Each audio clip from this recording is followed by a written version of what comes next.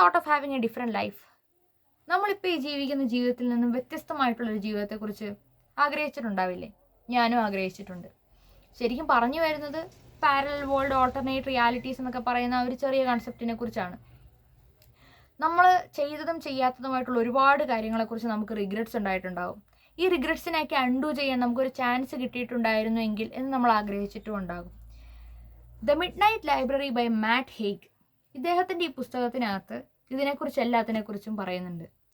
Nora seed എന്ന് പറയുന്ന പെൺകുട്ടിയാണ് ഈ പുസ്തകത്തിൻ്റെ പ്രൊട്ടാഗണിസ്റ്റ്. അവളുടെ ലൈഫാണ് നമ്മൾ ഈ പുസ്തകത്തിൽ ത്രൂ ഔട്ട് കാണുന്നത്. അവളുടെ ലൈഫ് ശരിക്കും പറഞ്ഞാൽ വലിയൊരു ട്രാജഡിയാണ്. കാരണം ചെറുപ്രായത്തിൽ തന്നെ അവൾക്ക് അവളുടെ അച്ഛനെ നഷ്ടമാകുന്നു, പിന്നീട് അമ്മ, സഹോദരനും സുഹൃത്തും ഉപേക്ഷിച്ച് പോകുന്നു, അവൾക്ക് അവളുടെ ലവറിനെ നഷ്ടമാകുന്നു, ജോലി നഷ്ടമാകുന്നു, അവൾക്ക് ഒരുപാട് ഡ്രീംസും ഹോപ്സും ഉണ്ടായിരുന്നു, അതെല്ലാം അവൾക്ക് നഷ്ടമായി പോകുന്നു. ആൻഡ് ലാസ്റ്റ് അവൾക്ക് അവളുടെ കൂടെ ഉള്ളത് വോൾട്ടയർ നമ്മൾ ചെല്ലപ്പേരിട്ട് വിളിക്കുന്ന ഒരു പൂച്ചക്കുട്ടി മാത്രമാണ്. പക്ഷേ ഒരു പോയിന്റിലെത്തുമ്പോൾ ഒരു ആക്സിഡൻറ്റിൽ അവനെ അവൾക്ക് നഷ്ടമാകുന്നു. സോ ഡിപ്രഷൻ, അങ്ങനെ so many issues. So she decides to end her life. അങ്ങനെ നിൽക്കുന്ന ആ പോയിന്റിലാണ് നമ്മുടെ സ്റ്റോറി ശരിക്കും പറഞ്ഞ് സ്റ്റാർട്ട് ചെയ്യുന്നത്.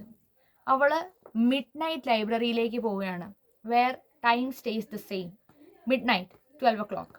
അവിടെ അവളെ സ്വീകരിക്കുന്നത് അവളുടെ ഓൾഡ് സ്കൂൾ ലൈബ്രറിയൻ, പണ്ടത്തെ സ്കൂൾ ലൈബ്രറിയൻ ആയിട്ടുള്ള മിസ്സസ് എൽമാണ്. അവിടെ ഒരുപാട് പുസ്തകങ്ങളുണ്ട്, ഇൻഫൈനൈറ്റ് ബുക്സ് ഉണ്ട് അവിടെ. ഈ ഇൻഫൈനൈറ്റ് ബുക്സ് അവളുടെ ഇൻഫൈനൈറ്റ് ലൈഫ്സ് ആണ്, അവളുടെ തന്നെ ഡിഫറെൻറ്റ് വേർഷൻസ്. അവൾ എടുത്തിരിക്കുന്ന ഓരോ ഡിസിഷനുകളിൽ നിന്നും വ്യത്യാസം വന്നിട്ട് അതിൽ നിന്നും ബ്രാഞ്ച് ഔട്ട് ചെയ്തിരിക്കുന്ന ഇൻഫൈനൈറ്റ് ലൈഫ്സ്. അവളിങ്ങനെ ഈ ലൈഫിൻ്റെയും ഡെത്തിൻ്റെ ഇടയ്ക്ക് നിൽക്കുന്ന ഈ ഒരു മൊമെൻറ്റിൽ അവൾക്ക് ഈ പല ലൈഫുകൾ ജീവിക്കാനായിട്ടുള്ള ഒരു ചാൻസ് കിട്ടുകയാണ്, അവളുടെ റിഗ്രറ്റ്സിനെ അൺഡു ചെയ്യാനായിട്ടുള്ളൊരു ചാൻസ്. അവൾ അങ്ങനെ ഒരുപാട് ലൈഫുകൾ സെലക്ട് ചെയ്ത് അവൾ മുന്നോട്ടേക്ക് പോകും. പക്ഷെ അവൾ എപ്പോൾ ഡിസപ്പോയിൻറ്റഡ് ആകുന്നു അപ്പോൾ അവൾ തിരിച്ച് മിഡ് നൈറ്റ് ലൈബ്രറിയിലേക്ക് വരും. അങ്ങനെ ഒരു റോളർ കോസ്റ്റർ റൈഡാണ് ഈ ബുക്ക് മുഴുവൻ.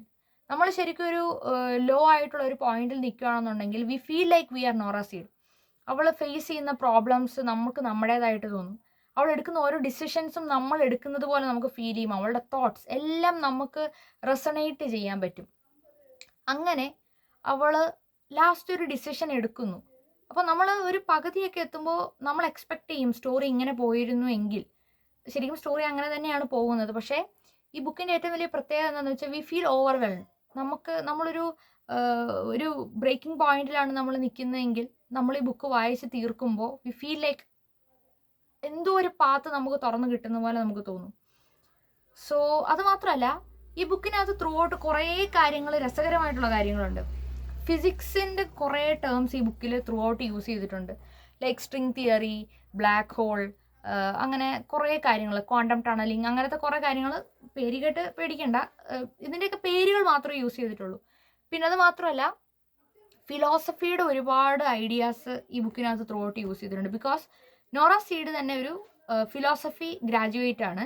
അപ്പോൾ അവൾ എല്ലാത്തിനെയും ഒരു ഫിലോസഫിക്കൽ പോയിന്റ് ഓഫ് വ്യൂവിലൂടെയാണ് കാണുന്നത്. ആൻഡ് ത്രൂ ഔട്ട് ഈ ബുക്കിൽ നമുക്ക് ഹെൻറി ഡേവിഡ് thoreauവിൻ്റെ ഒരു കോട്ട് നമുക്ക് കാണാൻ പറ്റും. It's not what you look that matters, it's what you see. So first നമ്മൾ കാണുമ്പോൾ we don't feel like okay just a quote. പക്ഷേ when you read it over and over and over again we feel like it makes sense.